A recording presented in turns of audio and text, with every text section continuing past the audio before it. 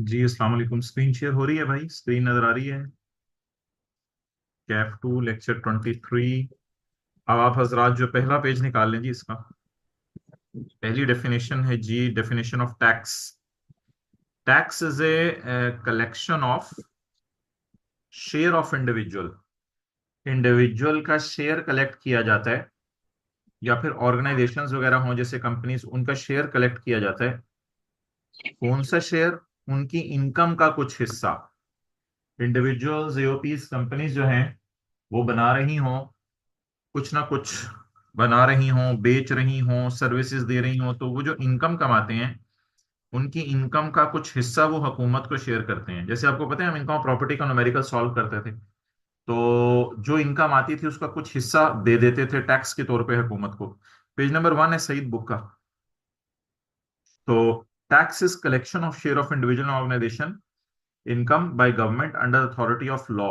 Authority of law का ये मतलब है कि ये लोग शौक से टैक्स देते हैं या फिर लॉ की अथॉरिटी के अंदर रहते हो, तो लॉ ने अथॉरिटी बनाई हुई है और उसके अंदर रहते हुए आपको टैक्स देना पड़ता है। Point two, tax is use by government. Tax हुकूमत इस्तेमाल करती है फॉर इंक्रीजिंग रेवेन्यू। इससे हुकूमत का अपना रेवेन्यू बढ़ता है, तो हुकूमत को पैसे आते हैं। और पीडीएफ सेंड कर दी है ग्रुप में भाई, पीडीएफ सेंड कर दी है आईफोन बुक में, वो ग्रुप में। तो टैक्स इज, जाहिद ग्रुप में अवेलेबल है, चेक कर लो। Tax is used by government for increasing revenue under authority of law. Law की अथॉरिटी में रहते हुए to promote welfare and protection for its citizen. ये जो पैसा इकट्ठा होगा इससे लोगों की वेलफेयर होगी और लोगों को हुकूमत हिफाजत दे सकेगी। अच्छा, सबसे बड़ा जो ऑब्जेक्टिव है टैक्स का, जो सबसे बड़ा ऑब्जेक्टिव है टैक्स का, जो सबसे बड़ा मकसद है टैक्स का, दैट इज रेवेन्यू जनरेशन। हुकूमत के पास क्या इकट्ठा हो? पैसा। अब हमारी आज की डिस्कशन ये है कि क्या हुकूमत रेवेन्यू कमाने के अलावा भी कोई मकसद रख सकती है? जी बिल्कुल। Non revenue objectives of taxation. Tax के नॉन रेवेन्यू ऑब्जेक्टिव्स। भाई अगर साउंड प्रॉब्लम आ रहा है तो यूट्यूब पे ले लीजिएगा, मेरे एंड से तो कोई इशू नहीं है। जिनको साउंड प्रॉब्लम नहीं आ रहा वो जरा ओके कर दें, ये ओके चल रहा है, सही चल रहा है। तो ये इंटरनेट का मसला होगा, तो आपके एंड पे लैग आ रहा है। 14-15 लोगों ने ओके कर दिया है। ओके, शुक्रिया यार, बस ठीक है। अच्छा, main purpose of tax is to collect revenue. Tax का मेन मकसद बच्चों क्या है? रेवेन्यू इकट्ठा करना फॉर गवर्नमेंट। गवर्नमेंट लगाती है टैक्स ये मकासद रख के। तो गवर्नमेंट ये मकसद सोच के टैक्स लगाती है। वो मकासद क्या है? टू कलेक्ट रेवेन्यू, ताकि हुकूमत लोगों से रेवेन्यू इकट्ठा करे। To run and administer government, ताकि हुकूमत अपने कामों को चला सके। Number two, tax is a tool for implementing its policies. Tax एक टूल है जिसके जरिए गवर्नमेंट अपनी पॉलिसीज को इंप्लीमेंट करती है। टैक्स एक टूल है। ये वीडियोस ऑफ कर दें, ये बार बार आ रहा है, प्लीज वीडियो अपनी ऑफ कर दें या कैमरे का रुख उधर कर दें, किसी दीवार नजर आ रही हो। Tax is tool for implementing it's policy. यार इंप्लीमेंटिंग की स्पेलिंग सही है गलत है? इम्प्लांटिंग, ओके सॉरी, मैंने समझा implanting. Tax is a tool for implanting it's policies. नहीं, वो नोमान इम्प्लीमेंट नहीं है, इम्प्लांटिंग है। तो टैक्स एक टूल के तौर पे यूज होता है जिससे गवर्नमेंट अपनी पॉलिसीज को इम्प्लांट करती है, यानी गवर्नमेंट अपनी पॉलिसीज को लगाती है उसके जरिए। फिर हमारी गवर्नमेंट के पास रेवेन्यू क्यों नहीं है? भाई ये तो भी फिर अब डिस्कस कर लेंगे बाद में एंड पे। अभी तो इस वक्त इसको पढ़ लो जो हम पहले सिलेबस कवर करना चाह रहे हैं। बाकी हमारी हुकूमत की क्या चल रहा है अभी, ये तो अभी डिस्कशन शुरू होगी तो फिर ये चैप्टर तो साइड पे रह जाएगा। Taxes do's. अब कमेंट शुरू हो गए हैं कि गवर्नमेंट का रेवेन्यू जा कहाँ रहा है। भाई अभी इस वक्त चैप्टर पढ़ो अपना, सिर्फ फोकस करो जो बात इस वक्त चल रही है। बाकी हुकूमत के ऊपर डिबेट करनी है वो क्लास के बाद। Tax is a tool for implanting it's policies and tax is use for fair distribution of wealth. Fair distribution of wealth ये है कि टैक्स का पैसा गवर्नमेंट अमीरों से लेकर गरीबों को देती है। फेयर डिस्ट्रीब्यूशन ऑफ वेल्थ, अमीरों से टैक्स लेकर गरीबों की रिफाहे आमा का काम करती है। ठीक है, शुक्रिया जी। इम्प्लांट का मतलब नाफिज करना। In addition to finance government expenses, government के एक्सपेंसेस फाइनेंस करने के अलावा टैक्स यूज होता है एज अ टूल, एक आले के तौर पे, to carry out national objective of social and economic development. अब जी ये असल में ये नॉन रेवेन्यू ऑब्जेक्टिव्स हैं। ये जो तीन लाइनें थी ना, यहाँ पे वो जरा तमहीद बांध रहा था कि मैं बात करने क्या लगा हूं। अब ये 12 नॉन रेवेन्यू ऑब्जेक्टिव्स हैं, यानी ये ऐसे ऑब्जेक्टिव्स हैं जिनका मकसद ये है कि रेवेन्यू के अलावा गवर्नमेंट को कोई फायदा पहुंचे। अब एक बात तो पक्की है कि टैक्स लगाने से गवर्नमेंट के पास रेवेन्यू आता है। जब टैक्स लगाने से गवर्नमेंट के पास रेवेन्यू आता है जी हुरैरा वॉइस प्रॉब्लम, अभी 15-16 लोगों ने बताया कि उनके एंड पे नहीं आ रही। तो अब इसका हल फिर ये है कि मेरे एंड से वॉइस प्रॉब्लम नहीं है, वरना बाकी लोगों को भी आ रही होती। तो इसका हल ये है कि यूट्यूब पे लेक्चर अपलोड होगा, आप वहां से ले लीजिएगा। ओके।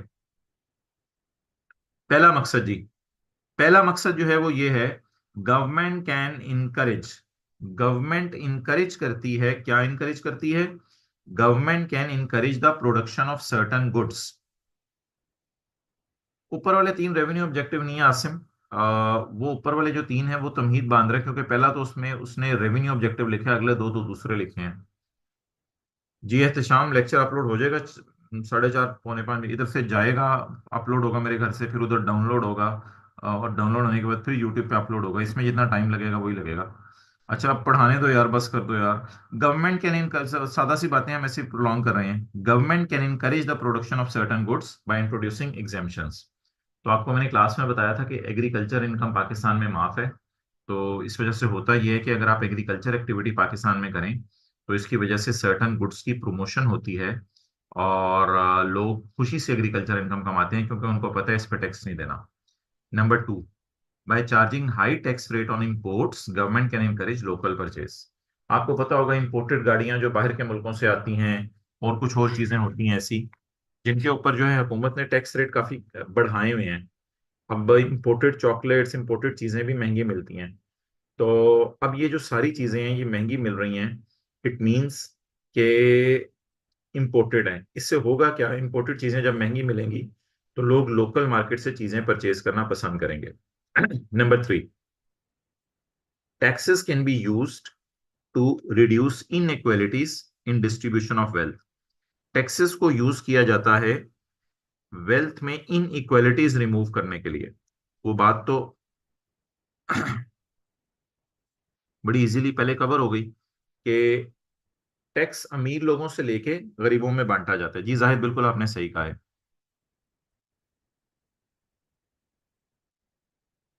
जी उमैर, आप चैट की स्क्रीन को डाउन कर दो, चैट तो बंद हो सकती है मेरे ख्याल से। और बाकी लोग मैसेज भी ना करें, जब मैं पूछूं तभी मैसेज करें। Number four, tax prevents wealth being concentrated in few hands of rich. Tax का फायदा ये होता है कि अमीरों के पास पैसा नहीं रहता, वो गरीबों के पास चला जाता है।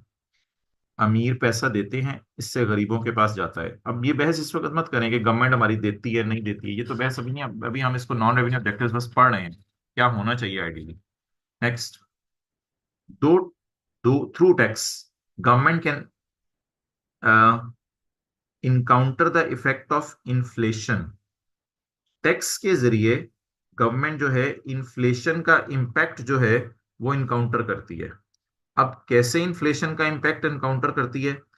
अगर किसी जगह इन्फ्लेशन हो रही हो, चीजें महंगी हो रही हों, तो गवर्नमेंट अगर थोड़ी हिम्मत करे तो दुकानदारों को ये कह सकती है, बेटा आप जो है, आपके ऊपर हम टैक्स कम लगा देंगे, आप जूते बेचो, आप जो है फला चीज बेचो, आप पे टैक्स हम कम लगा देंगे। इससे वो लोग खुश होंगे, वो कहेंगे ठीक है हम भी फिर कस्टमर को सस्ती चीज बेच देते हैं। तो through tax government can encounter the inflation. तो अगर महंगाई बहुत बढ़ रही हो किसी जगह, तो गवर्नमेंट उन प्रोडक्ट्स पर टैक्स रेट कम करके दुकानदारों को रिलीफ दे सकती है। इससे दुकानदारों को यह फायदा होगा कि उनको टैक्स कम देना पड़ेगा, तो वो कस्टमर को भी सस्ती चीज बेचने को तैयार होंगे। Next, and depression. और बिला वजह कई जगह कुछ चीजें जो है वो मार्केट में जो है वो कुछ सस्ती होती हैं, डिप्रेशन आ जाते हैं मार्केट में, तो वहां टैक्स रेट्स को यूज करते हुए आप जो है वो उनकी प्राइसेस को एक स्टेबिलिटी पे भी ला सकते हैं। यानी किसी जगह डिप्रेशन है, प्राइसेस बहुत कम हो गई हैं चीजों की, तो वहां पे जो है वो आप टैक्स थोड़ा रेट बढ़ाकर उसको अच्छी प्राइस के ऊपर ला सकते हैं। ऐसा तो बहुत रेयर होता है। आगे point 6, to promote science and invention. ठीक है, जाहिर बात है, जो गवर्नमेंट को पैसा इकट्ठा होगा वो साइंस में लगाएगी, इन्वेंशन में, एजुकेशन सिस्टम में, हेल्थ केयर सिस्टम में, और सारी चीजों में। ये जो पॉलिसीज के आपने नाम लिखे हैं, ये इस वक्त तो हमारे यहाँ किताब के स्कोप में नहीं है। अब अगर ये मैं अल्फाज बोलूंगा तो वो फिर बच्चे सवाल भी पूछेंगे ये क्या चीजें हैं, हमें रिवाइज करा दें, तो फिलहाल इसी के हद तक रहें। कल आप कॉलेज में पूछ लीजिएगा। अच्छा, उमेर भाई, आप टिक टुक जो बार बार कर रहे हैं ना, और शाजिफ प्लीज, ये फिर मीटिंग से रिमूव करना पड़ेगा। अच्छा, it can be use to discourage investment abroad. इस टैक्स को यूज किया जा सकता है इन्वेस्टमेंट अब्रॉड को डिस्करेज करने के लिए। इन्वेस्टमेंट अब्रॉड को डिस्करेज कैसे किया जा सकता है, इसकी एक मिसाल लिखें छोटी सी। आपके पास अगर बुक नहीं है, बुक तो मैंने कहा था ले लें, अभी भी नहीं ली। अगर आपके पास बुक नहीं है तो रजिस्टर पे लिख लें, वरना बुक पे लिख लें। It can be use to discourage investment abroad. लिखें, चैप्टर 6 में हम पढ़ेंगे कि पाकिस्तान में प्लांट लगाने पे टैक्स माफ होता है। चैप्टर 6 में हम पढ़ेंगे पाकिस्तान में प्लांट इंस्टॉल करने से टैक्स माफ होता है। आप बता दें, अगर आप बाहर के मुल्क में प्लांट इंस्टॉल करेंगे तो फिर तो हुकूमत कोई टैक्स माफ नहीं करेगी, लेकिन जो लोग पाकिस्तान में प्लांट इंस्टॉल करते हैं, टैक्स क्रेडिट्स के चैप्टर में हम पढ़ेंगे, उनको हुकूमत कुछ टैक्स क्या कर देगी, माफ कर देगी। तो ये एक फायदा होगा। आगे चले जी। क्लियर हो गया? दो तीन लोग सी लिखते हैं अगर क्लियर हो गया। चलें जी आगे। आ, बस ठीक है, ओके, क्लियर क्लियर, ठीक है, शुक्रिया भाई। बस दो चार लोगों से फीडबैक लेना होता है। नेक्स्ट। ठीक है भाई, ठीक है, बस लिखना बंद कर दें। Number 8, tax can be use as a bargaining tool in trade negotiation with other countries. अच्छा, ये पॉइंट भी एक आसान सा है, लेकिन क्लास के बाद आके मेरा पास का तजर्बा ये रहा है कि इस पॉइंट के बारे में आके लोग सबसे ज्यादा जो है वो पूछते हैं। तो इस पॉइंट के बारे में आप पहले समझ लें, फिर मैं आपको उर्दू में लिखवा देता हूँ। कुछ मुल्क ऐसे हैं जिनसे हमारी ट्रेड वगैरह ज्यादा है, या जिनसे हमारा बिजनेस ज्यादा है, जैसे चाइना है या और कोई मुल्क हैं। अब वहां हम टैक्स को एक टूल के तौर पे, एक, जी जी रिकॉर्डिंग आएगी, टैक्स को एक टूल के तौर पे यूज करके हम जो है वो क्या करते हैं, ट्रेड नेगोशिएशन में हेल्प आउट करते हैं। कैसे? जैसे बाहर के मुल्क से कोई हमारे मुल्क में आके चीजें बेचना चाहे, या हमारे मुल्क से बाहर के मुल्क में जाके चीजें बेचना चाहे, तो दोनों कंट्रीज मुल्की लेवल पे बैठ के ये एग्री कर लेते हैं कि हमारे बंदे उधर आएंगे, आप कम टैक्स लेना, और तुम्हारे बंदे हमारे पास आएंगे, हम कम टैक्स ले लेंगे। तो this is called as bargaining tool. ये टैक्स एक बार्गेनिंग टूल होता है, यानी जब निगोसिएशन हो रही हो और बाहर के लोगों को यहां बुलाना हो या हमारी चीजों को बाहर के मुल्क में बेचना हो, तो इस ट्रेंड को इनकरेज करने के लिए टैक्स को सामने रखा जाता है और टैक्स इंसेंटिव्स दिए जाते हैं, यानी टैक्स रिड्यूस कर दिया जाता है, ताकि बाहर के लोगों का पाकिस्तान में आना और पाकिस्तान के लोगों का बाहर जाके कारोबार करना आसान हो जाए। क्लियर? सी लिखने, क्लियर? तो टैक्स एक टूल के तौर पे यूज होता है बार्गेन करते हुए, जब ट्रेडिंग होनी हो दो मुल्कों के दरमियान। अब बार बार आके बच्चे इसको क्लास के बाद पूछते हैं, तो मैं फाइनली इसकी बस एक उर्दू लिखवा रहा हूं, वो लिख लें। दो मुल्क मुल्की लेवल पर, दो मुल्क मुल्की लेवल पर ये एग्री कर लेते हैं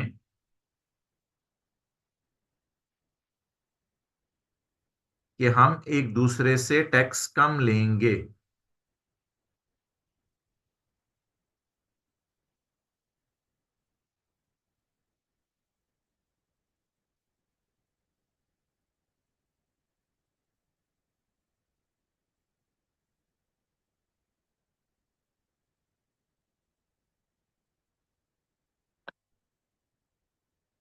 अगर हमारे बंदे इधर उधर गए, यानी उधर वाले इधर आए, इधर वाले उधर गए।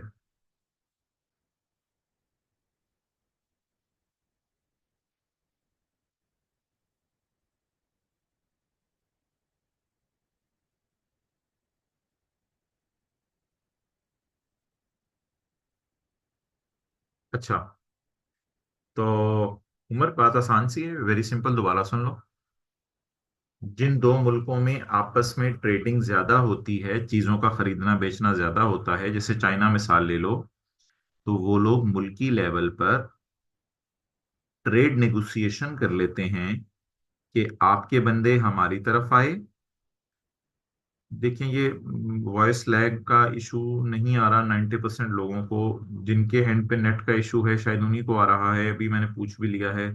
अब हल इसका ये है कि बार बार रिपीट तो नहीं मैं करूंगा, वो तो लेक्चर ही 1 घंटे का 2 घंटे पे चला जाएगा, इसको फिर यूट्यूब पे सुन लीजिएगा जब शाम को अपलोड होगा।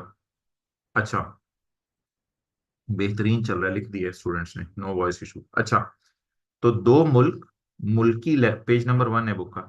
दो मुल्क मुल्की लेवल पर, गवर्नमेंट लेवल पर एक दूसरे से एग्री कर लेते हैं, हमारे बंदे आपकी तरफ जाएंगे, आपके बंदे हमारी तरफ आएंगे, तो इन दोनों सूरतों के अंदर जो है वो हम एक दूसरे को टैक्स कम कर देंगे। तो इसको कहते हैं फिर टैक्स एक बारगेन करने के लिए दो मुल्कों के दरमियान एक टूल के तौर पे हेल्प आउट कर देता है। तो ये बात की है मैंने। अगला जी, tax laws can be use for documentation of economy. इसकी मिसाल तो हमने अदर सोर्स के चैप्टर में पढ़ी है। अदर सोर्स का चैप्टर कहता है कि इकोनॉमी को डॉक्यूमेंट करो। इकोनॉमी को डॉक्यूमेंट करने का मतलब यह है कि दो लोग आपस में अगर ट्रांजैक्शंस कर रहे हैं, तो इन ट्रांजैक्शंस को आपस में जब ये दो लोग करें, तो वो दो लोग ट्रांजैक्शन करते हुए ऐसे रूट से करें कि हुकूमत को चेक करना आसान हो। इसके लिए अदर सोर्स के चैप्टर में पढ़ा था कि एक दूसरे को लोन या गिफ्ट दिया जाए तो क्रॉस चेक और बैंकिंग चैनल यूज किया जाए। अगर वैसे ही कैश में पकड़ा देंगे ब्रीफ केस में डाल के, तो फिर तो पता नहीं चलेगा। तो इसलिए टैक्स लॉ को हमने यूज किया है।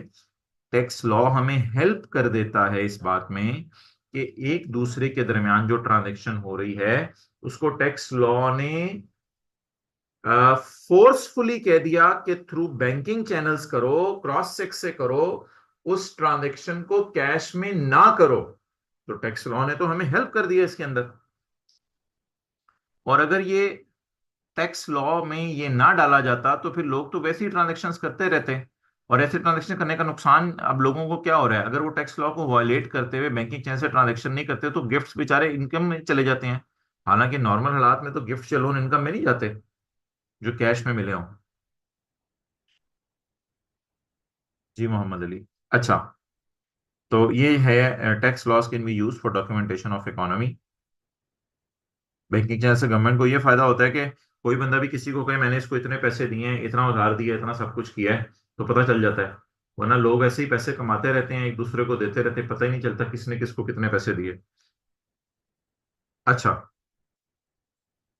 Any amount transferred otherwise than by banking channel is assumed as income.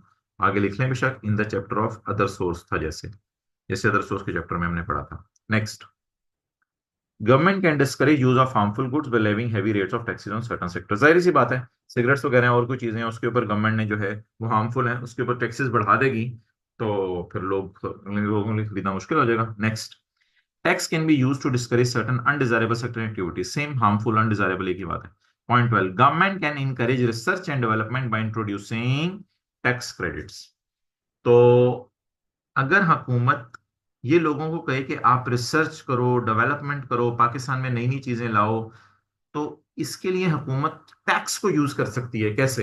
हुकूमत कहे जी जिस बंदे ने पाकिस्तान में इस साल रिसर्च किया है उसे हम इतना टैक्स डिस्काउंट दे देंगे, ये कर देंगे, वो कर देंगे, तो लोग तो खुशी से रिसर्च करेंगे। So that was very easy, point number 12। तो ऊपर वाले जो तीन लिखे हुए थे ना भाई, असल में जी जाहिद अभी तो आगे की बातें मैं नहीं कर सकता जो हमने पढ़ा नहीं। तो ऊपर वाले जो तीन लिखे हुए थे वो तो तमहीद बांध रहे थे, एम्फेसिस के लिए थे। असल नॉन रेवेन्यू ऑब्जेक्टिव जब आई कैप टेस्ट करते हैं तो ये 12 लिख के आते हैं। 12 में से जितने भी नंबर का है, 9 नंबर का है 9 लिखें, 10 का है 10 लिखें। अच्छा, अब डिफरेंट टैक्स लॉज हैं और इनके डिफरेंट ऑब्जेक्टिव्स लिखे हुए हैं। तो लेट्स स्टार्ट, इनको पढ़ते हैं। डिफरेंट टैक्स लॉज के different objectives. Excuse me sir. Salaries पे टैक्स जी, वॉइस नहीं, प्लीज चैट में लिख के भेज दें। सैलरीज पे टैक्स जो है, मैं पॉज ले रहा हूँ आधे मिनट का, आप जल्दी से लिख के भेज दें।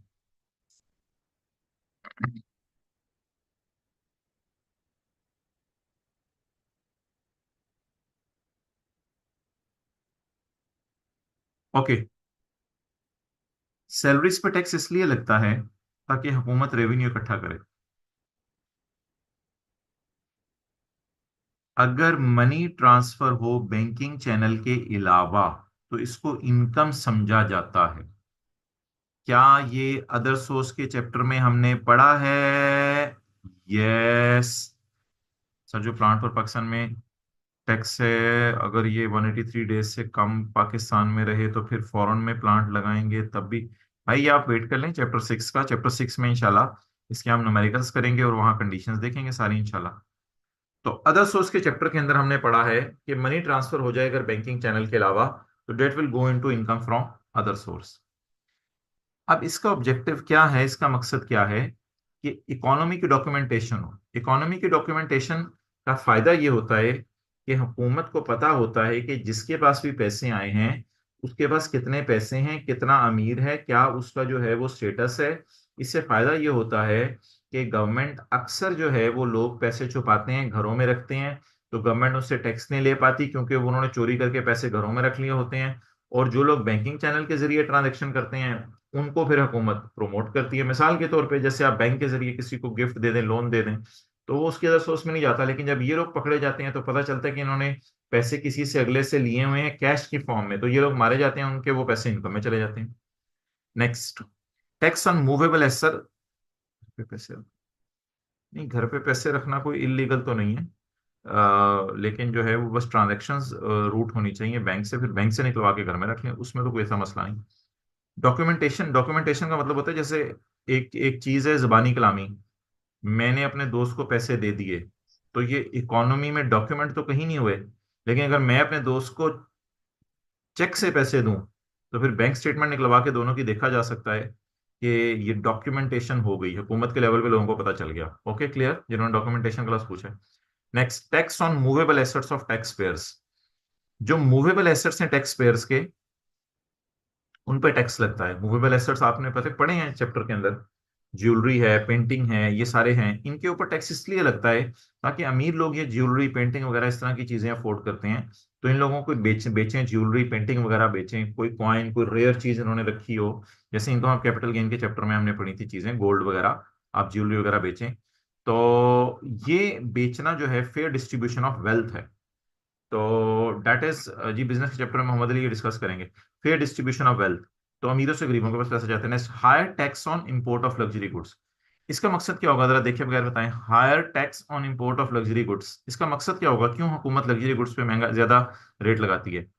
जी बिल्कुल, हुकूमत इसलिए रेट लगाती है ज्यादा ताकि जो है वो इंपोर्ट्स रिड्यूस हों अननेसेसरी गुड्स की, और लोकल इंडस्ट्री पाकिस्तान की इनकरेज हो। Next, allowing research as an expense.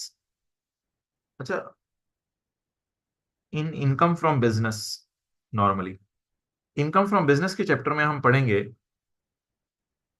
कि रिसर्च खर्चे के तौर पे माइनस करने की इजाजत है। इसका फायदा क्या होगा, जरा सोच के बताएं, इसका फायदा क्या होगा?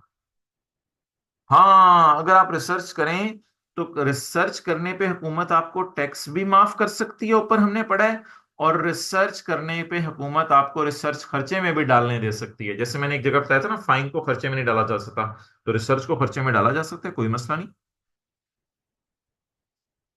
तो रिसर्च प्रमोट होती है। Next, making exports exempt from tax. ओ, अगर हुकूमत एक्सपोर्ट्स को एग्जेम्प्ट कर दे टैक्स से फिर तो मौजा ही मौजा, फिर तो लोग खुशी से एक्सपोर्ट करेंगे चीजें, और पाकिस्तान की इंडस्ट्री जो है वो और ज्यादा फ्लरिश होगी। Making exports exempt, promotion of exports. Tax माफ किया जाता है, टैक्स क्रेडिट क्या होता है, टैक्स का डिस्काउंट दिया जाता है। अगर आप डोनेशन दें अप्रूव्ड इदारों को, सड़क पे चलते हुए किसी बंदे को नहीं, अगर आप डोनेशन दें अप्रूव्ड इदारों को तो इस पे आपको टैक्स माफ किया जाता है। इससे क्या चीज इंकरेज करनी है, इससे मुल्क में कल्चर ऑफ डोनेशंस इंकरेज करना है, कि सिर्फ उन्हीं इदारों को डोनेशन दी जाए जो अप्रूव्ड हैं, बाकियों को ना दी जाएं।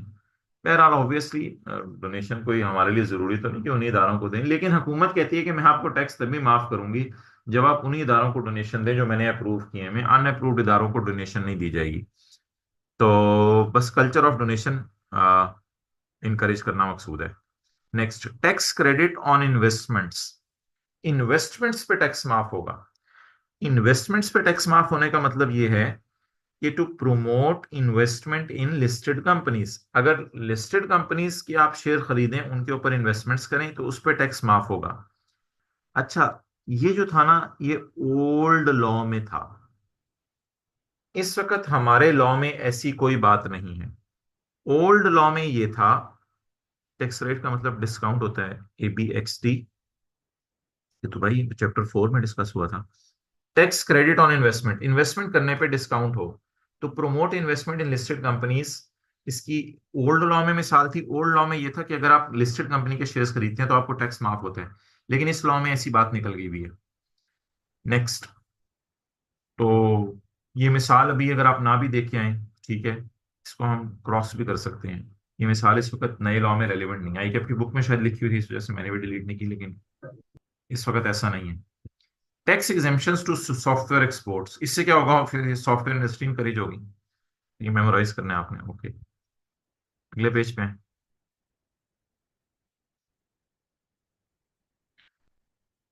भाई ये जो है ना, एडम स्मिथ की बातें, ये चैप्टर नंबर 3 के अंदर डिटेल में आ जानी है, इसलिए यहां इनको डिस्कस करने की जरूरत नहीं। Tax as means for development, tax मुल्क की डेवलपमेंट में हेल्प करता है। कैसे भाई? Tax as mean for development, exemption of tax to agriculture sector to promote agriculture. मुझे बताएं, अगर एग्रीकल्चर सेक्टर को हम एग्जेम्प्ट कर देंगे, तो आम लगाना, कीनू लगाना, इसको एग्जेम्प्ट कर देंगे, तो इससे क्या होगा? जी जी, इससे वो इंडस्ट्री जो है वो इनकरेज हो जाएगी। Okay, clear. चलें आगे। Number 2, charities can be encourage by providing tax credit on them. ये ना, इसकी मिसाल लिख लें। चैप्टर 6 के अंदर हम सेक्शन 61 पढ़ेंगे। देखिए, चैप्टर 6 के अंदर हम सेक्शन 61 पढ़ेंगे। Charities can be encouraged by providing tax credits on them. Charities encourage की जा सकती हैं by providing tax credit on them. तो सेक्शन 61 में हम पढ़ेंगे, अगर आप पाकिस्तान में चैरिटी देते हैं ना किसी को, तो इस पर हुकूमत खुश होकर आपको कुछ टैक्स माफ कर दिया करेगी, टैक्स डिस्काउंट दे दिया करेगी। Next, imposing high duties, high custom duties. Custom duties ये होती हैं बाहर के मुल्कों से जब आप चीजें मंगवाते हैं। कस्टम अथॉरिटीज भी आपने कई दफा लफ्ज़ सुना होगा। Imposing high duties on import of luxury items, अगर आप लग्जरी आइटम्स इंपोर्ट करें तो उन पे हाई ड्यूटीज लगती हैं, जिसकी वजह से लोकल मैन्युफैक्चरिंग इंकरेज होती है। लग्जरी आइटम्स पर इसलिए हुकूमत लगाती है हाई कस्टम ड्यूटीज, क्योंकि हुकूमत को पता है कि लग्जरी आइटम्स अमीर लोग खरीदते हैं, तो इसलिए हुकूमत उस पर हैवी ड्यूटी भी लगा देती है। इससे होता क्या है कि एक हद तक अमीर लोग तो शायद खरीद सकें, मिडिल क्लास के लिए खरीदना मुश्किल हो जाए। इस वजह से लोकल इंडस्ट्री हमारी इंकरेज होती है, और फिर लोग लोकल चीजें खरीदते हैं, क्योंकि बाहर की चीजें बहुत महंगी पड़ती हैं। ABXD कैश में अगर चैरिटी कर रहे हैं, तो इसका जवाब है सेक्शन 61 में, देखेंगे इंशाल्लाह इसको। टैक्सिंग चैप्टर 6 में इंशाल्लाह देखेंगे। Taxing rich at higher rate and low income group at lower rate. Tax को ऐसे भी डेवलपमेंट के लिए यूज किया जा सकता है कि अमीरों पे ज्यादा रेट लगा दो, गरीबों पर कम टैक्स रेट लगा दो। ये भी एक तरीका है टैक्स को डेवलपमेंट के तौर पे यूज करने का। जी, ये लेक्चर यूट्यूब पे अपलोड होगा। पॉइंट 5, मोहम्मद अली, ये सवाल जो है ना, क्लास के एंड के आपका लॉ के कॉलेज पूछ लीजिएगा, जो इस तरह के सवाल लिखते रहे। Next, government can mark areas as tax free zones. Government areas को टैक्स फ्री जोन मार्क कर देती है। अच्छा, कुछ एरियाज जो है ना मेरे भाई, देखें, ऐसे हैं कि उनको हुकूमत ने जो है टैक्स फ्री जोन करार दिया हुआ है। टैक्स फ्री जोन पाकिस्तान में, टैक्स फ्री जोन पाकिस्तान में सियालकोट के कुछ इलाकों में है, जहां पे स्पोर्ट्स की इंडस्ट्री है। स्पोर्ट्स की इंडस्ट्री, और स्पोर्ट्स की इंडस्ट्री में क्या हो रही हैं, एक्सपोर्ट्स हो रही हैं, यानी बाहर के मुल्कों में पाकिस्तान के ग्लव्स जा रहे हैं, फुटबॉल्स जा रहे हैं, और चीजें जा रही हैं। तो हुकूमत ने ये इलाके मार्क कर दिए हुए हैं as a tax free zone. अगर यहाँ पे आप जाके कारोबार करेंगे तो आपको टैक्स नहीं देना पड़ेगा। Government can mark areas as tax free zones, industrial zones, economic zones to provide tax incentives to such areas. Tax incentives से मुराद discounts etc. to such areas. It will encourage business concerns. ये लोगों को encourage करता है to establish business units while and bring employment opportunities. और लोगों के लिए employment की opportunities निकलती हैं. Next, investment in new shares can be encouraged through introducing tax credit. Investment नए शेयर्स में इंकरेज की जाती है इंट्रोड्यूसिंग टैक्स क्रेडिट्स इंट्रोड्यूस करके. लेकिन नए शेयर्स में मैंने आपको बताया था वो शेयर्स खरीदना इस वक्त वो खत्म हुआ है ये बेनिफिट, उसको आप इग्नोर कर दें. Investment in new plant can be encourage through introducing tax credit. ये हम इंशाल्लाह चैप्टर 6 के अंदर पढ़ेंगे. जिया खान प्लीज ये क्लास के बाद आ जाइएगा. ये कौन कौन से टैक्स फ्री जोन्स हैं, अल्हम्दुलिल्लाह ये हमारे सिलेबस में नहीं है, सीए फाइनल में है ये चीजें. तो दिल तो बहुत चाहता है कि सब कुछ डिस्कस हो जाए, लेकिन एक दफा हमारा सिलेबस खत्म हो जाए जो ऑलरेडी बहुत ज्यादा है, फिर इन चीजों पे बात हो सकती है. काश कि हमारा सिलेबस इन चीजों की इजाजत देता, इस सिलेबस से हट के बातें कर सकते. नेक्स्ट, क्योंकि आप तो बड़ी वेल विश अच्छी उसमें सवाल पूछ रहे होते हैं, लेकिन पढ़ाने वाले को पता होता है कि जो आपको पहले पेपर के अंदर आना है पहले वो तो कवर कर लें, फिर पेपर के बाद की चीजें भी देखेंगे. पॉइंट 7 हमें इनकम कैपिटल गेन में भी पढ़ा है. Point 7, investment in new plant can be encourage through introduction of tax credits. चलिए इसको चैप्टर 6 में बहरहाल देखेंगे. नेक्स्ट 2.2. तो बात तो समझ आ गई ना, याद तो हो जाएगी. नए प्लांट खरीदने पे हुकूमत आपको टैक्स माफ कर देगी. अच्छा जी, proportional tax, progressive tax and regressive tax. भाई प्रोपोर्शनल टैक्स ये होता है जो हमारा टेबल 102 है, दैट इज प्रोग्रेसिव टैक्स. पहले मैं प्रोग्रेसिव टैक्स की बात करता हूं. What is progressive tax? Progressive tax ये होता है कि जैसे जैसे आपकी इनकम बढ़ती जाएगी वैसे वैसे टैक्स रेट बढ़ता रहेगा. जैसे आपको पता होगा 0 से 6 लाख वालों के लिए हमने टैक्स रेट और रखा हुआ है, और इसी तरह 6 लाख से ज्यादा वालों के लिए हमने टैक्स रेट और रखा हुआ है. तो जैसे जैसे आपकी इनकम बढ़ती जाए वैसे वैसे टैक्स रेट जो है वो बढ़ते जाएं. तो डेट इज कॉल्ड, भाई ना करो, that is called as progressive tax. It is a tax in which tax rate increases as the income increases. A progressive tax takes larger amount of tax from high income group. ये अमीरों से ज्यादा tax लेते हैं as compare to low income group, गरीबों की बनिस्बत. This tax proportionately equal to person status in society. अगर आप अमीर होते हैं तो आपका स्टेटस ज्यादा होता है तो आपके लिए टैक्स रेट ज्यादा होता है. गरीब होते हैं तो स्टेटस कम होता है तो टैक्स रेट कम होता है. प्रोपोर्शनल टैक्स, इसको हम फ्लैट टैक्स भी कहते हैं. प्रोपोर्शनल टैक्स को फ्लैट टैक्स भी कहते हैं. अब फ्लैट टैक्स क्या है? आपका डिविडेंड है ना, डिविडेंड, डिविडेंड के ऊपर आमतौर पर रेट है 15%. अगर आप लाख रुपया डिविडेंड कमाएं तो भी 15%, करोड़ रुपया डिविडेंड कमाएं तो भी 15%, 10 करोड़ डिविडेंड कमाएं तो भी 15%, और 10 अरब डिविडेंड कमाएं तो भी 15%. इसमें यह नहीं है कि कम इनकम वाले पे कम टैक्स देना है और ज्यादा इनकम वाले ने ज्यादा टैक्स, ज्यादा रेट पे टैक्स देना है. ऐसी बात नहीं है कि कम इनकम वाले के लिए कम रेट, ज्यादा इनकम वाले के लिए ज्यादा रेट, ऐसा नहीं है. फ्लैट टैक्स में, फ्लैट टैक्स को प्रोपोर्शनल टैक्स भी कहते हैं, लेकिन प्रोग्रेसिव टैक्स में ऐसा है. प्रोग्रेसिव टैक्स की मिसाल है टेबल 1 और 2 जो हमने चैप्टर 4 में पढ़ा. तो इट इज अ टैक्स, ये वाला मैं पढ़ा हूं. It is a tax with the rate of tax is fixed. A fixed rate is applied on income, whether the income is high or low. Under this system, people who earn more are not charged at high percentage as compared to progressive. Progressive वाले जो हैं उनके ऊपर obviously ज्यादा rate लगता है अगर वो ज्यादा कमाएं. फ्लैट टैक्स, एफटीआर, एक डिविडेंड है फ्लैट टैक्स, और भी टैक्सेस हैं, बस फ्लैट का मतलब कोई एफटीआर नहीं है, और फ्लैट का मतलब है कि रेट फिक्स है. रिग्रेसिव टैक्स, रिग्रेसिव टैक्स बड़ा अजीब सा होता है. रिग्रेसिव टैक्स ये है कि अगर आप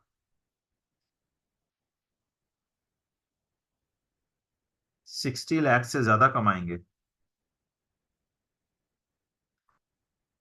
अगर आप 60 लाख से ज्यादा कमाएंगे तो आपके लिए रेट होगा मिसाल के तौर पर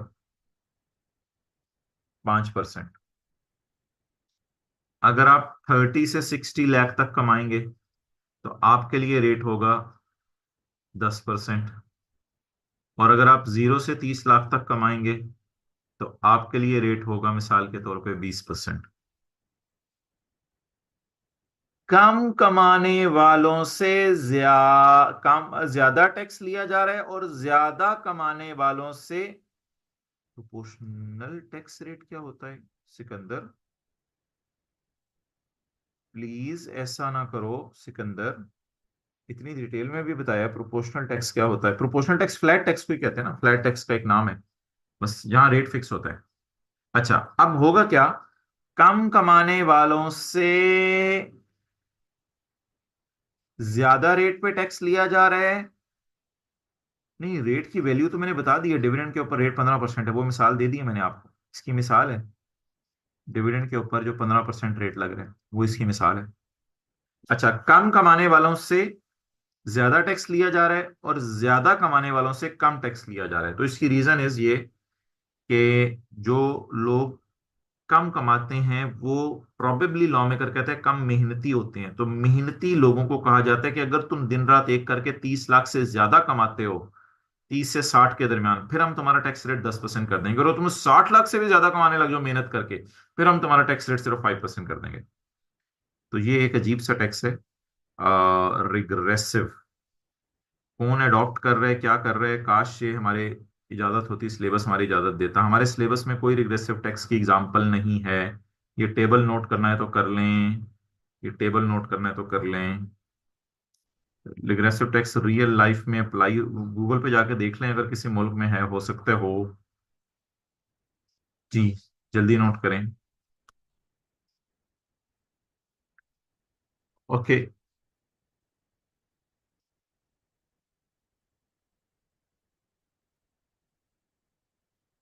नोट कर लिया तो एन लिखते हैं। ओके, चलें जी आगे।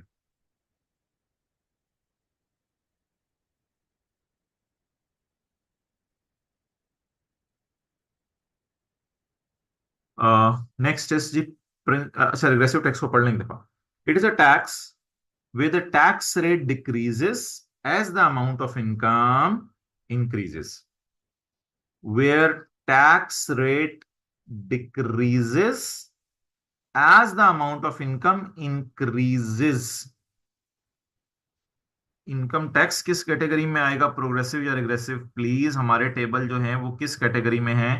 ये तो मैंने अभी बड़ी डिटेल से बात की है, अभी लिखवाया भी है मैंने आपको कि टेबल 1 और 2 मेरे ख्याल से जाके देख लेना चाहिए, कंफ्यूजन आ रही है बच्चों को। ये जाके जी, इनकम टैक्स तो ये है, ये हमारे इनकम टैक्स एक ये वाला है हमारे सिलेबस में। तो इसमें देख लें, ये तो मुझे प्रोग्रेसिव टैक्स लग रहा है, रिग्रेसिव तो नहीं लग रहा। जैसे जैसे इनकम बढ़ती जा रही है वैसे वैसे रेट बढ़ता जा रहा है, तो डेट इज प्रोग्रेसिव टैक्स। और रिग्रेसिव टैक्स का टेबल मैंने आपको जो है वो बना के दिया है, जो राइट साइड पे आपको भी मैंने बना के दिया था। तो रिग्रेसिव टैक्स, ये जो मैंने आपको थोड़ी देर पहले टेबल दिखाया है, ये प्रोग्रेसिव टैक्स की मिसाल थी। So regressive tax. It is a tax where the tax rate decreases as the amount of income increases. The higher income group pays less in taxes than lower income group. The higher income group pays less in taxes than lower income group. Higher income group pays less in taxes than lower income group. Regressive tax imposes greater burden on poor. Poor या फिर जो काम करने में सुस्ती करते हैं, असल में उन लोगों को पकड़ा जा रहा है। Principles for levy of tax, tax लगाने के बुनियादी असूल। Following are the principles for levy of tax. The benefit principle. अच्छा जी, बेनिफिट प्रिंसिपल क्या कहता है? बेनिफिट प्रिंसिपल जो है वो ये कहता है कि जो बंदा ज्यादा बेनिफिट ले रहा हो उससे ज्यादा टैक्स लें, जो बंदा कम बेनिफिट ले रहा हो उससे कम टैक्स लें। क्या मतलब? हाईवेज पे, मोटरवेज पे, अगर आप लाहौर से पिंडी जाएं तो आपसे मोटरवे वाले कम टैक्स लेंगे, अगर आप लाहौर से पेशावर जाएं तो ज्यादा लेंगे, अगर आप उससे भी आगे जाएं तो उससे ज्यादा टैक्स लेंगे। तो दैट इज बेनिफिट प्रिंसिपल। जो बंदा, the principle says that taxes should be based on benefits received. Taxes जो हैं वो बेनिफिट्स रिसीव्ड के ऊपर होने चाहिए। It means that those who receives the greatest benefit from government projects should pay the most taxes. And the benefit principle is commonly used for highways. Libraries में तो इतना कोई खास है नहीं इधर पाकिस्तान में, शायद कहीं होता होगा लाइब्रेरीज। आमतौर पे तो लाइब्रेरीज में बैठना इनकरेज ही किया जाता है इंस्टेड ऑफ पे टैक्स दिया जाए। नेक्स्ट, लाइब्रेरी में ज्यादा बैठो ज्यादा टैक्स दो, ये को होगा किसी जगह, पता नहीं। आई कैप ने लिखा हुआ है अपनी बुक में, द एबिलिटी टू पे प्रिंसिपल। द एबिलिटी टू पे प्रिंसिपल ये है जिसको अभी थोड़ी देर पहले हमने पढ़ा है, एबिलिटी टू पे प्रिंसिपल। ये टेबल रिग्रेसिव टैक्स में जो ज्यादा बेनिफिट लेता है उस पर टैक्स रेट कम चार्ज होता है, या लॉ ऑफ बेनिफिट की। भाई ये तो सारे बेनिफिट तो चीजों से लिया जाता है ना, इनकम की तो बात नहीं हो रही। बेनिफिट जो चीजें हम इस्तेमाल करें इधर उनकी बात हो रही है। अच्छा, लेवी का मीनिंग क्या है? लेवी का मीनिंग टैक्स ही होता है।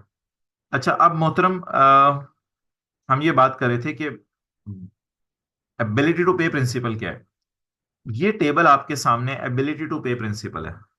ये बेचारा कमाई कम रहा है, इसमें एबिलिटी नहीं देने की, तो इससे कम रेट के ऊपर टैक्स ले रहे हैं, बल्कि ले ही नहीं रहे। जिस किसी का सवाल इग्नोर हो जाए इन पे पूछ लीजिएगा। ये अगर 6 से 12 लाख कमा रहा है तो इस पे 15% रेट है। इसकी एबिलिटी टू पे है तो इससे थोड़ा ले रहे हैं। और ये जो 5.6 मिलियन कमा रहा है, इसकी एबिलिटी बहुत ज्यादा है, तो इससे बहुत ज्यादा रेट पे टैक्स ले रहे हैं। तो डेट इज एबिलिटी टू पे प्रिंसिपल। एबिलिटी टू पे प्रिंसिपल की वही मिसाल है प्रोग्रेसिव टैक्स रेट। वैसे तो उसने लिखा हुआ है नीचे, the tax should be based on ability to pay. It means that a person who is earning more should pay more. Progressive tax rates are an example of it. Next, equal distribution principle. Equal distribution principle ये कहता है कि भाई अमीर बंदा है, अब ये तो नहीं कि आप उसकी जान ही ले लो।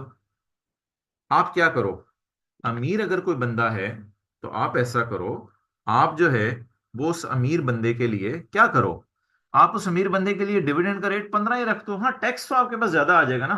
10 लाख वाले से 15% लिया, 10 लाख डिविडेंड कमाया 15% लिया, 1 करोड़ डिविडेंड कमाया 15% लिया, उसके अमीर होने की से जान तो ना लो ना। रेट वही रख दो बस। इक्वल डिस्ट्रीब्यूशन, इक्वल डिस्ट्रीब्यूशन करो, ये नहीं कि जो ज्यादा कमा रहा है उस पर रेट ही ज्यादा लगा दो। It says that incomes and transactions should be taxed at fixed rate। इससे डिविडेंड के लिए रेट है 15%, जितना मर्जी कमा ले। जी, फ्लैट रेट इसकी मिसाल है। बिल्कुल आप सही कह रहे हैं, फ्लैट रेट इसकी मिसाल है। Sir, internet disconnected, quick revision of principles for levy of tax if possible. नहीं, ये चले मैं देखता हूँ 1-2 सेकंड में अगर हो गया, वरना फिर यूट्यूब पे आप देख लीजिएगा। तो it says that incomes and transaction should be taxed at fixed rates. Therefore जी, सेल्स टैक्स तो अभी आप मिसालें वो ना देना जो हमने पढ़ी नहीं है, पढ़ेंगे इंशाल्लाह। Therefore people who are earning more income shall pay more tax. 10 lakh कमाने वाला 15% देगा तो वो कम अमाउंट होगी, करोड़ कमाने वाला 15% देगा, वो अमाउंट ज्यादा होगी। दो are earning more shell pay मोर, ये पे तो ज्यादा करेंगे but not at higher rate, लेकिन रेट इनके लिए ज्यादा नहीं होगा।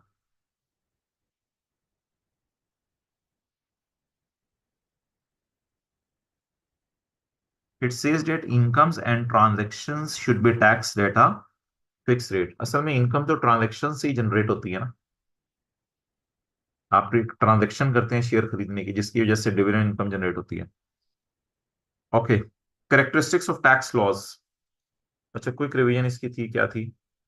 कि जो लोग ज्यादा फायदा कमा रहे हैं हुकूमत की चीजों से वो ज्यादा टैक्स लें, और जो ज्यादा अमीर हैं वो ज्यादा रेट पे टैक्स दें। इधर है अमीर है गरीब है कोई मसला नहीं, आप इससे इक्वल डिस्ट्रीब्यूशन करें। Next, characteristics of tax laws. यानी कि जो अच्छा टैक्स लॉ समझ लें है पाकिस्तान में या किसी भी मुल्क में होना चाहिए, तो उसमें ये खूबियां होनी चाहिए। Administration and compliance cost should be low. Administration किसके हाथ में है? एफबीआर के हाथ में। तो इसका बात का मतलब ये है कि यहां लिखें एफबीआर के दफ्तर के खर्चे मुनासिब होने चाहिए। ये ना हो कि एफबीआर ने कोई इंपोर्टेड किस्म की कुर्सियां रखी हों, जबरदस्त किस्म के पेंट करा रहे हो अपने दफ्तर में और करोड़ों रुपया दफ्तर के ऊपर ही लगा दें, तो हमसे जो टैक्स लिया जाएगा वो बेचारा सारा एफबीआर के खर्चों में निकल जाना है। तो जल्दी से लिखें, एफबीआर के दफ्तर के खर्चे कम हों। जैसे घरों में खर्चे मैनेज करके चलते हैं, एफबीआर में भी खर्चे, admin and compliance cost should be लो।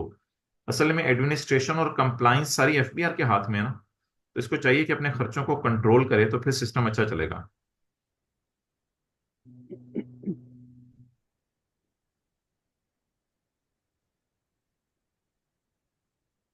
बस एफबीआर के पास पैसे ना आ रहे हो तो फिर टैक्स रेट बढ़ा देता है। आगे चलें, it should be understandable to tax payer.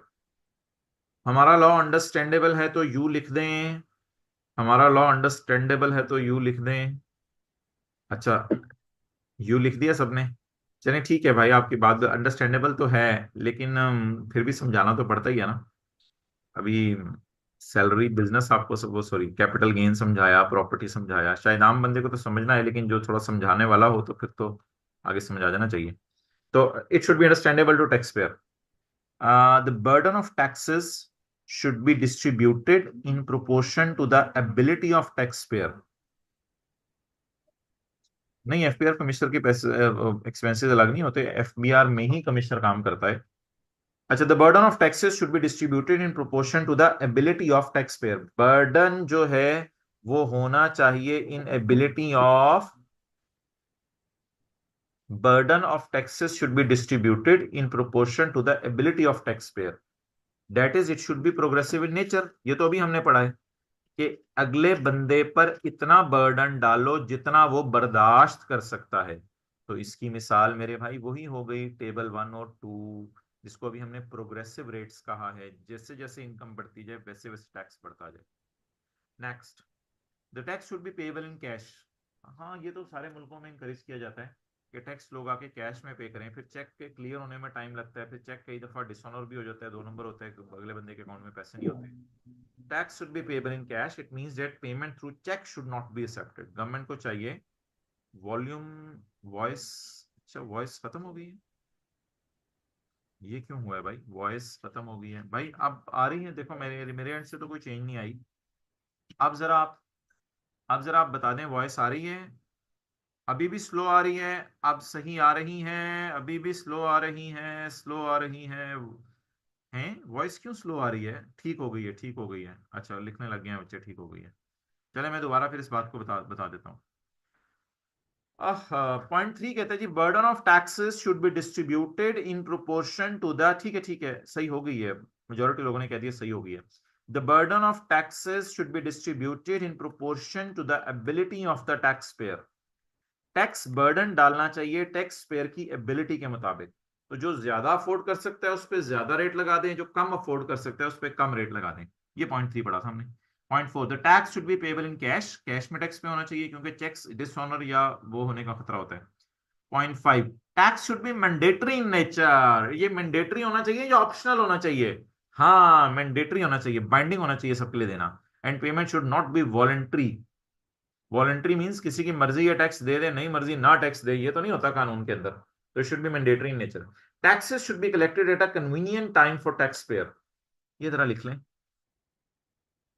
Pakistan में 30 जून जब साल खत्म हो जाता है तो उसका टैक्स 30 सितंबर को लिया जाता है। पहले जरा देख लें इधर, ये 30 जून 25 है, तो इसका टैक्स आपने पे करना है 30 सितंबर 25 तक, यानी 3 महीने के अंदर अंदर। ये देखें, 3 महीने के अंदर अंदर यहां तक आपने टैक्स पे करना है। तो लिखें, जून तक जो कमाया है उसका टैक्स पाकिस्तान में सितंबर तक जमा कराना होता है। तो टाइम तो कन्वीनियंट हो गया, 3 महीने मिल गए लोगों को। जून तक जो कमाया जाता है उसका टैक्स पाकिस्तान में सितंबर तक देना होता है। Next, tax should be impose by state. Tax state को लगाना चाहिए। टैक्स हुकूमत पाकिस्तान को लगाना चाहिए या क्रिकेट बोर्ड को लगाना चाहिए, या टैक्स जो है वो आईकैप को लगाना चाहिए? Obviously tax should be imposed by state which has the jurisdiction, जिसकी जिसकी पावर है उसके ऊपर over the person.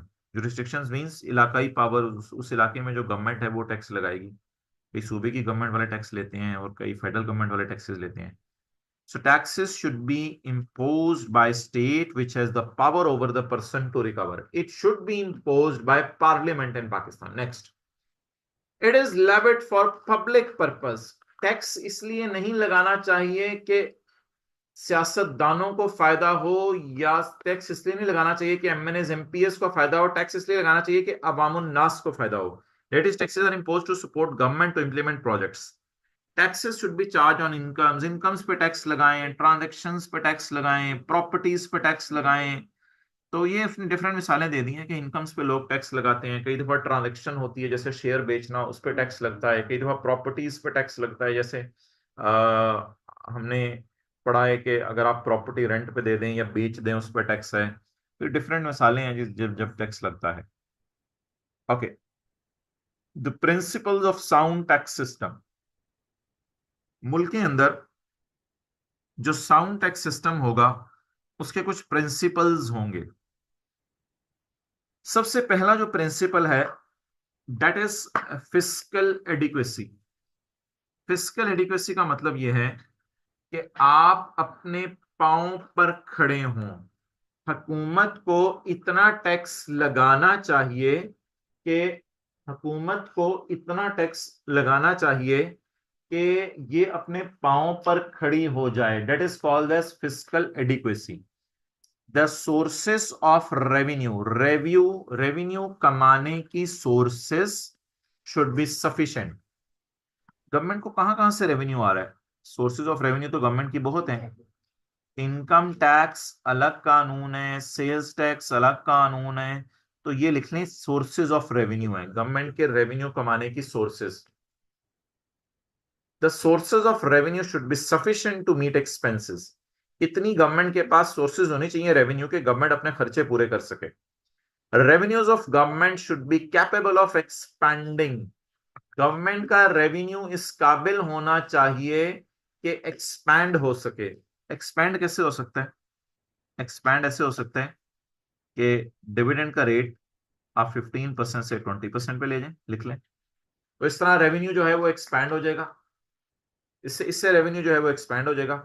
Should be capable of expanding और कॉन्ट्रैक्टिंग, या कॉन्ट्रैक्टिंग।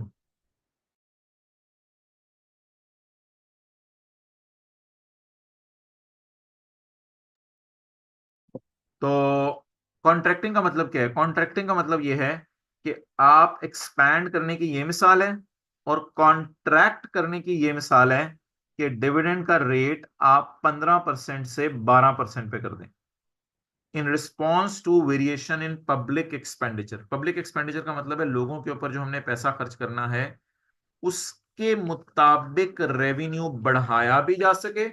और अगर लोग ही बहुत अमीर कबीर हो गए हैं और कोई मसला ही नहीं, तो हुकूमत को फिर क्या, हुकूमत ने रेवेन्यू लेके किस पे खर्च करना है? तो फिर हुकूमत रेवेन्यू लेके खर्च करने के चक्करों में ना पड़े।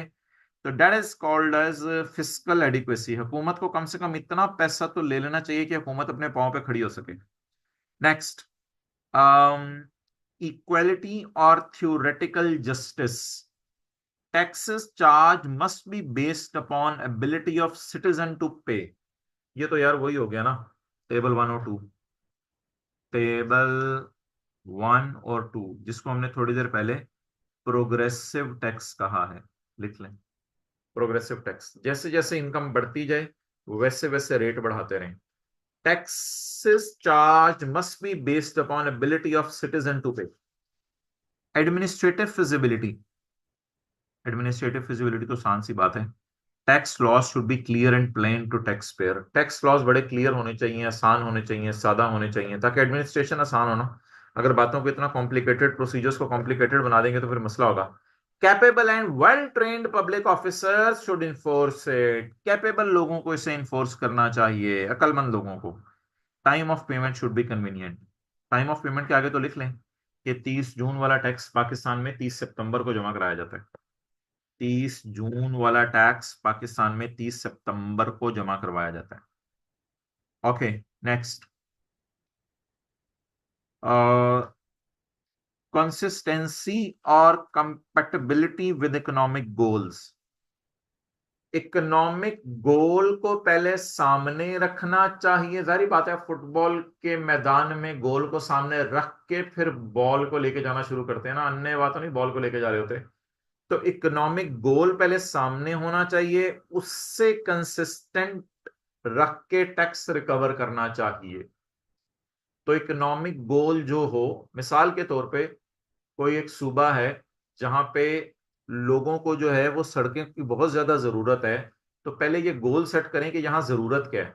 फिर उस जरूरत के मुताबिक, कोई जरूरी नहीं कि इनकम टैक्स है, और बड़े टैक्सेस हैं पाकिस्तान में, वो लगा के उस सूबे के अमीर लोगों से कुछ टैक्स रिकवर किया जाए, ताकि वो गोल को सामने रख के टैक्स रिकवर हो। कोई पूछे अमीर बंदा कि इतना टैक्स क्यों रिकवर करे, तो उसे बताओ तुम्हारे इलाके के अंदर सड़कें बनेंगी। तो गोल को सामने रख के, कंसिस्टेंसी रख के जो है वो आपने रिकवर करना है।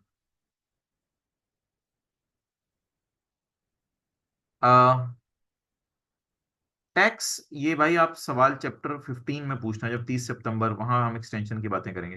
Tax laws should be consistent with economic goals of government. Tax laws economic goals of government से कंसिस्टेंट होने चाहिए। Tax laws should be consistent with economic goals of government. तो वो मैंने आपको बता दिया, अगर गोल गवर्नमेंट का सड़कें बनाना है तो उसको सामने रख के फिर टैक्स रिकवर करें, ताकि देने वाले भी तैयार हों। The goal of government is आमतौर पे to provide basic services for general public. आगे चलें।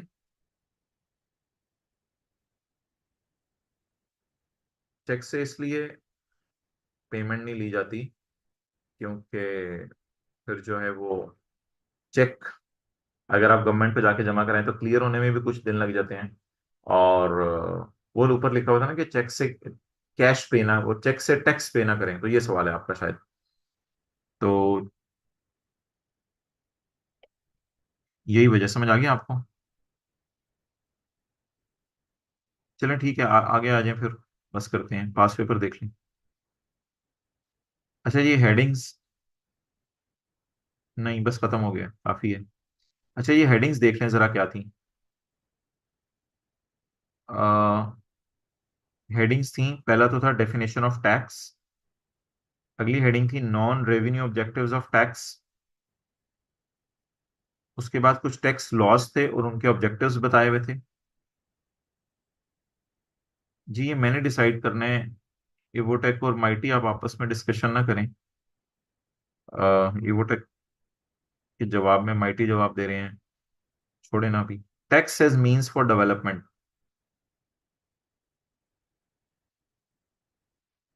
अगली हेडिंग है, नहीं कोई मसला नहीं माइटी, काइंड्स ऑफ टैक्सेस या स्ट्रक्चर ऑफ टैक्सेस। अगली हेडिंग है principles for levy of tax. अगली हेडिंग है करेक्टरिस्टिक ऑफ टैक्स लॉस। अगली हेडिंग है principles of a sound tax system. तो अब जरा आके देखें पास्ट पेपर के सवाल। The primary objective of tax system is to collect revenue. You are required to list down the non revenue objectives. आपने कौन से बताने हैं जी? Non revenue objectives. तो नॉन रेवेन्यू ऑब्जेक्टिव्स मेरे भाई ये देखें, इस पेज के ऊपर बताए हुए हैं जो 12 हैं। नेक्स्ट, अगला सवाल with this pen. State any 5 ways through which taxes can be used for development of country.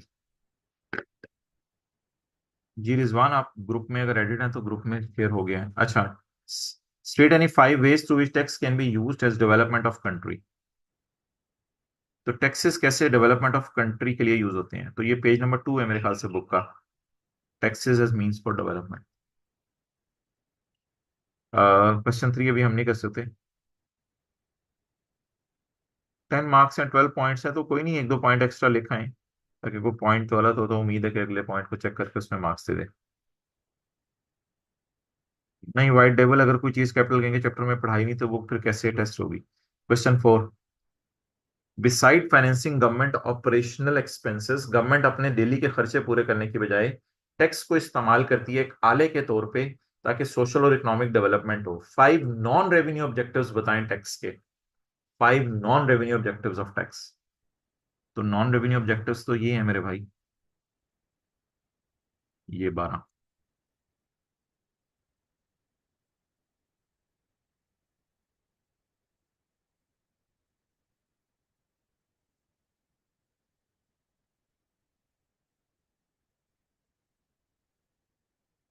Taxes are primary revenue yielding tools of government of modern ages. You are required to state any 3 non-revenue objectives which government achieve. भाई word to word याद करना है, बस याद करना है। इसमें ऐसा चाहिए वो लॉ की लैंग्वेज तो नहीं है कि इनकम टैक्स चल रहा हो, लेकिन कोशिश करें जिस हद तक हो सके। ये चीजें मेरे ख्याल से तो आपने पढ़ी हुई है पहले, काफी सारी पढ़ी हुई पिछली स्टडीज में। नॉन रेवेन्यू ऑब्जेक्टिव्स वही 12 हैं, उनमें से 2-3 लिख के आने हैं। ये जो ऊपर 12 दिए हैं, ये 3 तो ऊपर तमहीद मानने के लिए बातें हैं, ये 12 में से 2-3 लिख के आने हैं।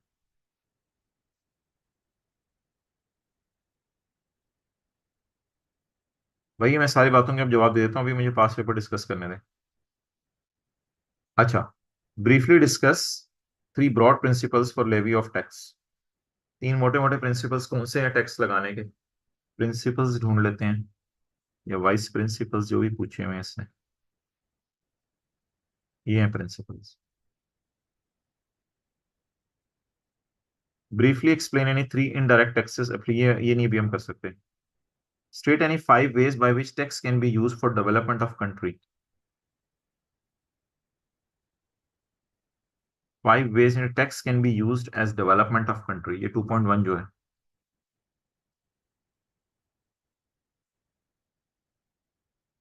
State any 4 non-revenue objectives which government achieve by imposing taxes। Non revenue objectives कौन से हैं जो गवर्नमेंट अचीव कर सकती है बाय इम्पोजिंग टैक्सेस? वही जो 12 हैं उनमें से 3-4 लिख के आने हैं, 4। स्टेटिंग 3 principles of sound tax system. अच्छा ये सवाल पहली दफा है, principles of sound tax system.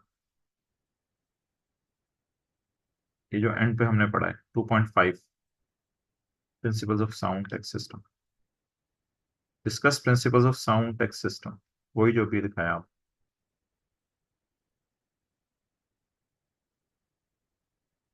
ठीक है जी, क्लोज करते हैं।